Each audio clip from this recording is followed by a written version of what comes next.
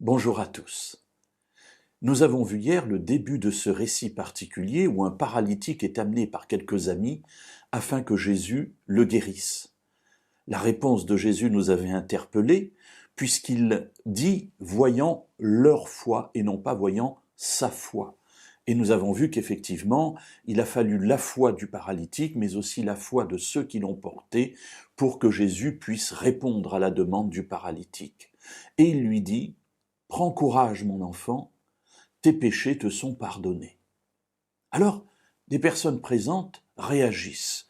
Et on nous dit, dans l'Évangile selon Matthieu, au chapitre 9 et au verset 3 et 4, sur quoi quelques scribes se dirent « Cet homme blasphème ». Et Jésus, qui connaissait leurs pensées, dit « Pourquoi avez-vous de mauvaises pensées dans vos cœurs ?» Alors les scribes, c'est un groupe de personnes très influentes dans le milieu juif. Ce sont ceux qui connaissent la loi de Dieu, c'est ceux qui connaissent aussi la loi des hommes. Ce sont des gens lettrés. Et voilà que ces personnes qui sont présentes, qui sont donc là et qui écoutent Jésus. Alors on ne sait pas s'ils écoutent pour l'espionner ou pas, mais en tout cas ils sont là, ils sont présents. Mais en entendant Jésus dire à cet homme « Tes péchés te sont pardonnés », ils disent « Cet homme blasphème ».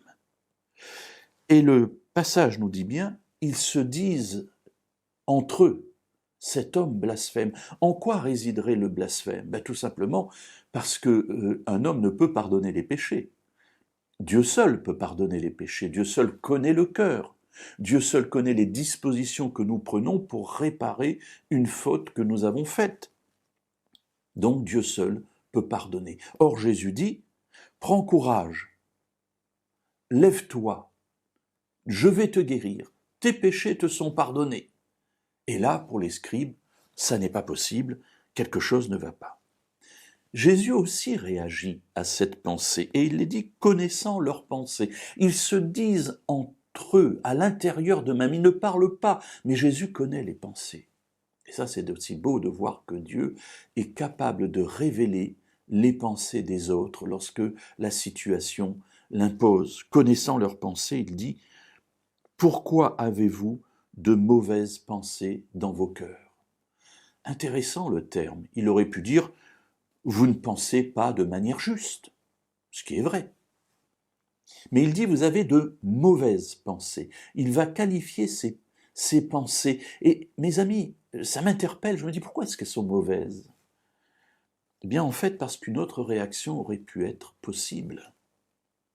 Ces scribes qui voient, comme nous lisons ce récit, eux, ils voient le récit se dérouler sous leurs yeux, ils auraient pu dire « Alléluia, merci Seigneur, mais c'est extraordinaire. Voilà, cet homme pourra marcher.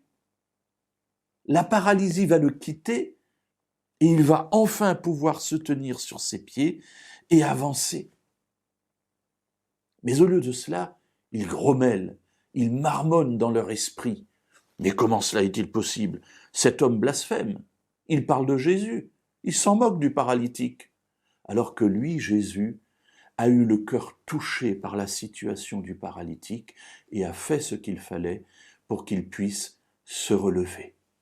Alors demain, nous verrons la suite de cette conversation intéressante entre Jésus, les scribes et les personnes présentes, dont ce paralytique.